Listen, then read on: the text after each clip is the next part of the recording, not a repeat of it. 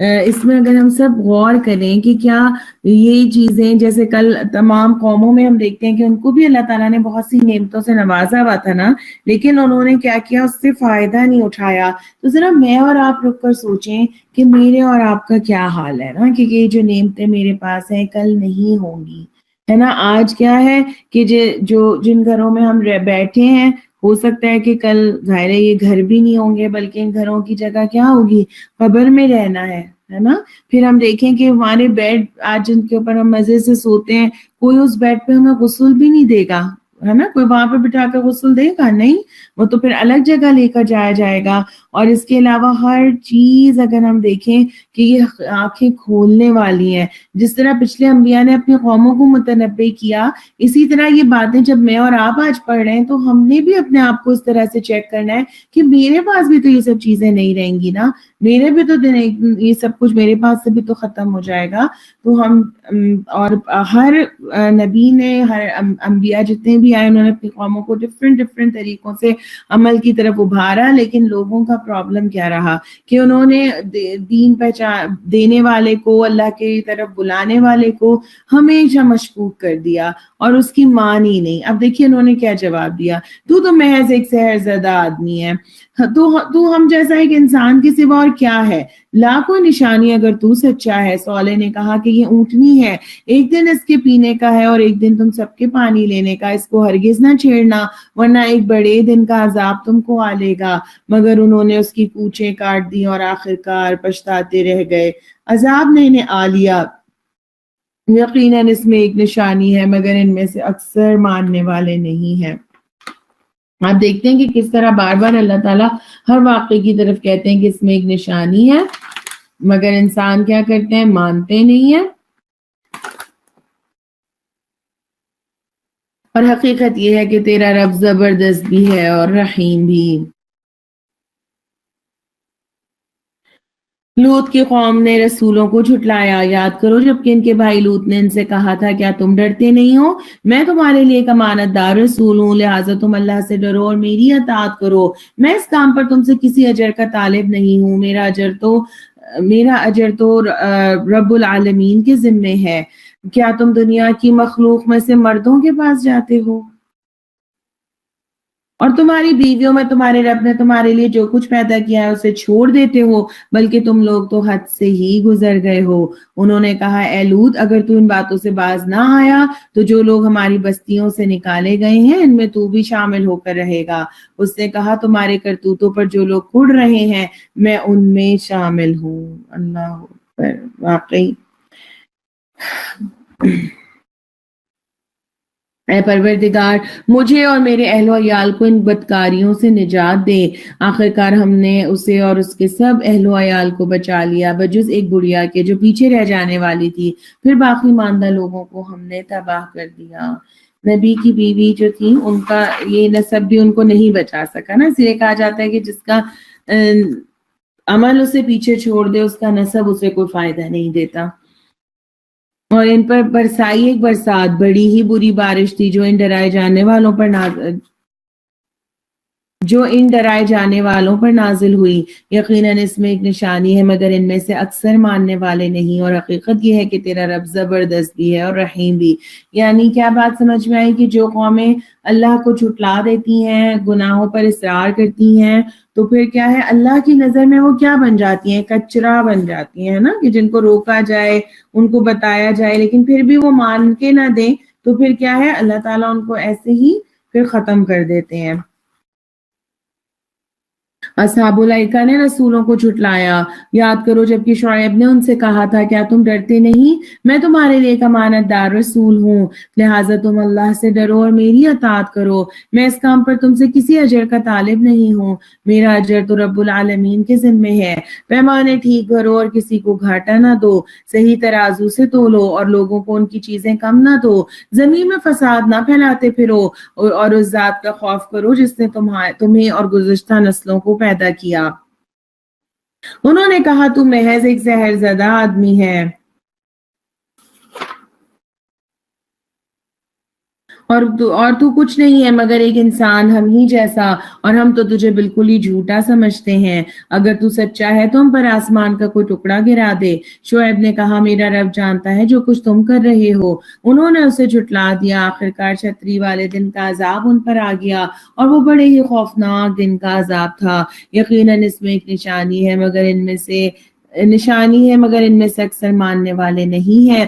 اور حقیقت یہ ہے کہ تیرا رب زبردست بھی ہے اور رحیم بھی۔ یہ رب العالمین کی نازل کردہ چیز ہے، اسے لے کر تیرے دل پر امانت دار روح اتری ہے تاکہ تو ان لوگوں میں شامل ہو جو خدا کی طرف سے خلق خدا کو متنبہ کرنے والے ہوں، صاف صاف عربی زبان میں، اور اگلے لوگوں کی کتابوں میں بھی یہ موجود ہے۔ کیا ان اہل مکہ کے لیے یہ کوئی نشانی نہیں ہے کہ اسے علماء بنی اسرائیل جانتے ہیں؟ لیکن ان کی ہٹ درمی کا حال تو یہ ہے کہ اگر ہم اسے کسی عجمی پر بھی نازل کر دیتے اور یہ فصیح عربی کلام وہ ان کو پڑھ کر سناتا تب بھی یہ مان کر نہ دیتے۔ اسی طرح ہم نے اس ذکر کو مجرموں کے دلوں میں گزارا ہے، اور وہ اس پر ایمان نہیں لاتے جب تک کہ عذاب عظیم نہ دیکھ لیں۔ پھر جب وہ بے خبری میں ان پر آ پڑتا ہے اس وقت یہ کہتے ہیں کہ کیا اب ہمیں کچھ مہلت مل سکتی ہے؟ تو کیا یہ لوگ ہمارے عذاب کے لیے جلدی مچا رہے ہیں؟ تم نے کچھ غور کیا؟ اگر ہم انہیں برسوں تک عیش کرنے کی مہلت بھی دے دیں تو پھر وہی چیز ان پر آ جائے جس سے انہیں ڈرایا جا رہا ہے، تو وہ زمان عزیز جو ان کو ملا ہے ان کے کس کام آئے گا؟ بالکل صحیح بات ہے کہ آپ دیکھیے اللہ تعالیٰ نے یہاں پہ جو بات نشانیوں کی رکھی، پچھلے انبیاء کو جو نشانیاں دیں، جو چیزیں دیں، اس کا ذکر یہاں پر کیا۔ کیوں کیا؟ کیونکہ وہی مشرکین مکہ کا جو سوال تھا کہ نبی کریم صلی اللہ علیہ وسلم پہ کوئی نشانی کیوں نہیں اترتی، تو وہ ساری چیزیں بتا کر اب اللہ سبحانہ تعالیٰ اس قرآن کو نشانی کہہ رہے ہیں نا، کہ یہ تیرے رب کی طرف سے آیا ہے، یہ بہترین کلام ہے، اور پھر بھی لوگ جو ہے وہ اس سے دور ہٹ رہے ہیں یا اس کو نہیں مانتے۔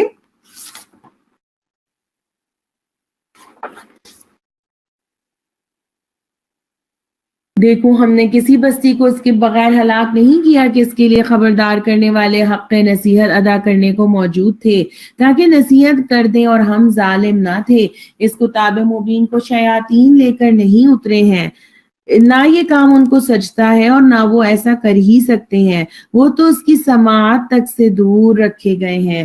بس اے نبی صلی اللہ علیہ وسلم اللہ کے ساتھ کسی دوسرے معبود کو نہ پکارو ورنہ تم بھی سزا پانے والوں میں شامل ہو جاؤ گے۔ اپنے قریب ترین رشتہ داروں کو ڈراؤ۔ دیکھیے نبی کریم صلی اللہ علیہ وسلم کو بھی میسج دیا گیا کہ کیا کریں، اپنے جو ہے وہ قریب ترین لوگوں کو انفارم کریں، ان کو بتائیں۔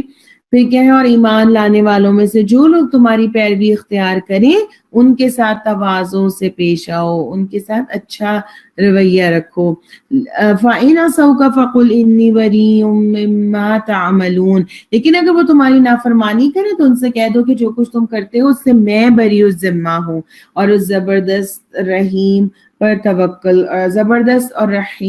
توکل کرو۔ کیسے پیاری صفت اللہ تعالیٰ یہاں لائے، پیچھے بتاتے رہے نا کہ اللہ تعالیٰ زبردست بھی ہے اور رحیم بھی ہے، یعنی وہ قومیں جو اللہ کی نافرمانی کرتی ہیں ان کے لیے سخت عذاب بھی دے دیتا ہے، ان سے سخت پوچھ گچھ بھی ہو جاتی ہے، لیکن وہ لوگ جو اللہ کے انبیاء کو مان لیتے ہیں، ان پر ایمان لے آتے ہیں، ان کے ساتھ چل پڑتے ہیں، اب اس چلنے میں ان کے جو بھی کمی کوتاہی ہوگی تو اس کے لیے اللہ تعالیٰ جو ہے وہ رحیم بھی ہے۔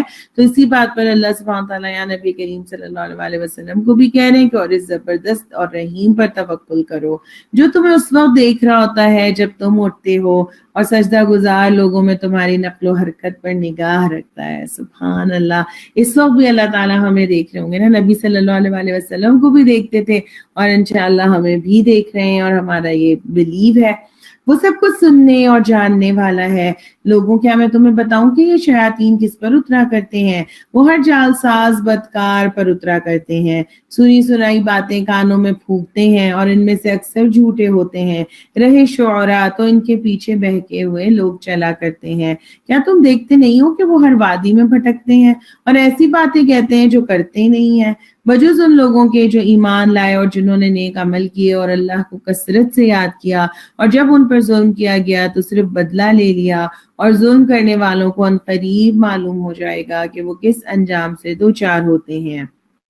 جی یہاں پر اب جو بات ہے، کیونکہ نعوذ باللہ نبی کریم صلی اللہ علیہ وسلم کو جب یہ پیغام آپ صلی اللہ علیہ وسلم لے کر آئے تو کیا کہہ دیا گیا؟ کبھی ان کو شاعر کہہ دیا جاتا تھا، پھر یہ کبھی کہہ دیا جاتا تھا کہ شیاطین جو ہیں وہ نعوذ باللہ اس کو لے کر آتے ہیں۔ تو انہی ساری چیزوں کو نگیٹ کیا گیا یہاں پر، کہ یہاں پر جو خاص کر شعراء کے حوالے سے بات کی گئی ہے، اور اسی پر سورہ کا نام بھی ہے کہ رہے شعراء تو ان کے پیچھے بہکے ہوئے لوگ چلتے ہیں، اور یہاں جو بات کی گئی کہ کیا تم دیکھتے نہیں ہو کہ وہ ہر وادی میں بھٹکتے رہتے ہیں۔ تو اس کے بارے میں کیا آتا ہے کہ وہ کبھی مطلب ان کی جو باتوں کا لیول ہے وہ ایک طرح نہیں ہوتا، کبھی تو بہت ہی حکمت اور معزت والی باتیں ہوتی ہیں، اور کبھی کیا ہوتا ہے نہایت ہی گندی اور ایسی جذباتی باتیں کرتے ہیں۔ کبھی کسی کو اٹھانا، مطلب کسی کی تعریف کریں تو اس کو اٹھا کر آسمان تک پہنچا دیتے ہیں، بڑا اونچا مقام اس کا بنا دیتے ہیں، اور کسی کو ذلیل کرنا چاہیں تو بالکل ہی وہ کر کے رکھ دیتے ہیں۔ تو ایسی ہی چیزوں کو یہاں پہ بیان کیا جا رہا ہے کہ وہ ایسی باتیں کہتے ہیں جو کرتے نہیں ہیں۔ ہم بھی دیکھتے ہیں شاعری میں کیا ہوتا ہے، وہ تارے توڑ لائیں گے اور فلانا کریں گے، رائٹ؟ تو وہ چیزیں وہ بول تو رہے ہوتے ہیں لیکن ظاہر ہے کرتے نہیں ہیں۔ لیکن دوسری طرف جو چیز یہاں پر ایک اور ان شعراء کی بات آ رہی ہے کہ بجز ان لوگوں کے جو ایمان لائے۔ اب یہ کون سے شعراء ہیں جن کے اندر یہ کیریکٹرز ہیں، اس کو دیکھ لیتے ہیں کہ یہاں پر جو بات کی گئی ہے کہ وہ شعراء اس سے استثناء ہیں جن کے اندر کے یہ 4 کوالٹیز پائی جاتی ہیں۔ نمبر 1 کہ جو ایمان لاتے ہیں، جنہوں نے نیک عمل کیے، اللہ کو کثرت سے یاد کیا، اور جب ان پر ظلم کیا گیا تو وہ بدلہ لے لیتے ہیں۔ تو یہ ہو کہ وہ کون سے شاعر ہیں جو کہ ظاہر ہے جن کا عمل غلط نہیں ہوگا، ان کو کس کیٹیگری پہ رکھا جائے گا، اس میں کون سی کیریکٹرسٹکس ہونی چاہیے؟ اول یہ کہ وہ مومن ہو، یعنی وہ اللہ اور اس کے رسول کو اور اس کی کتاب کو سچے دل سے ماننے والے ہوں، پھر وہ اپنی عملی زندگی میں بھی صالح ہوں، پھر وہ اللہ کو کثرت سے یاد کرنے والے ہوں، اور وہ کسی کی شخصی اغراض کے لیے یعنی اپنے ذاتی مفادات کے لیے کسی کی ہجو نہ کریں، نہ ہی اپنی ذاتی یا قومی یا نسلی عصبیتوں پر بات کریں، بلکہ ان کا کام کیا ہو کہ وہ زبان سے وہ کام لے لیں جو تیر یا شمشیر سے یہ لیا جاتا ہے، یعنی کہ وہ کیا کریں، انسان کی جذبات کو بھڑکا دیں اس طرح سے کہ وہ اور ان کو عمل کی طرف راغب کریں نا۔ تو اگر یہ ساری کوالٹیز اگر کسی شاعر میں ہیں تو بالکل وہ جو ہے ان کی اس میں بھی آتا ہے کہ نبی کریم صلی اللہ علیہ وسلم کے خلاف بھی جب طوفان الزامات کا طوفان اٹھتا تھا اور جو باتیں ہوتی تھیں تو آپ صلی اللہ علیہ وسلم نے بھی خود شورۂ اسلام کی ہمت افزائی فرمایا کرتے تھے نا۔ جیسے کعب بن مالک سے آپ صلی اللہ علیہ وسلم نے فرمایا کہ ان کی ہجو کرو، کیونکہ خدا کی قسم جس کے قبضے میں میری جان ہے، تمہارا شیر ان کے حق میں تیر سے زیادہ تیز ہے۔ حضرت حسان بن ثابت رضی اللہ عنہ نے فرمایا کہ ان کی حضرت حسان بن ثابت رضی اللہ عنہ سے فرمایا آپ صلی اللہ علیہ وسلم نے کہ ان کی خبر لو، اور جبرائیل تمہارے ساتھ ہیں، کہو اور روح القدس تمہارے ساتھ ہیں۔ آپ کا ارشاد تھا کہ مومن تلوار سے بھی لڑتا ہے اور زبان سے بھی۔ تو یعنی شعراء کے حوالے سے جو چیز سمجھ میں پھر یہاں پر آتی ہے وہ کیا ہے کہ شعر ہو تو با مقصد ہو، بات ہو تو با مقصد ہو، جس سے کوئی مقصد حاصل ہو، ورنہ بیکار کی چیزوں میں پڑھ کر جو ہے وہ وقت کا ضیاع نہ کیا جائے۔ الحمدللہ یہاں پر جو ہے وہ سورۃ الشعراء جو ہے وہ ڈن ہو جاتی ہے، ہماری مکمل ہوتی ہے۔ سورۃ النمل ہم سٹارٹ لے لیتے ہیں، جتنا بھی ہمارے پاس ٹائم ہے اتنی ہم انشاءاللہ تعالیٰ کر لیں گے۔ جی الحمدللہ سورۃ النمل یہ جو ہے وہ نمل کہتے ہیں چوٹی کو، شرک اور توحید کا فرق بتائے گی یہ سورہ، ہمیں انشاءاللہ سٹارٹ کرتے ہیں۔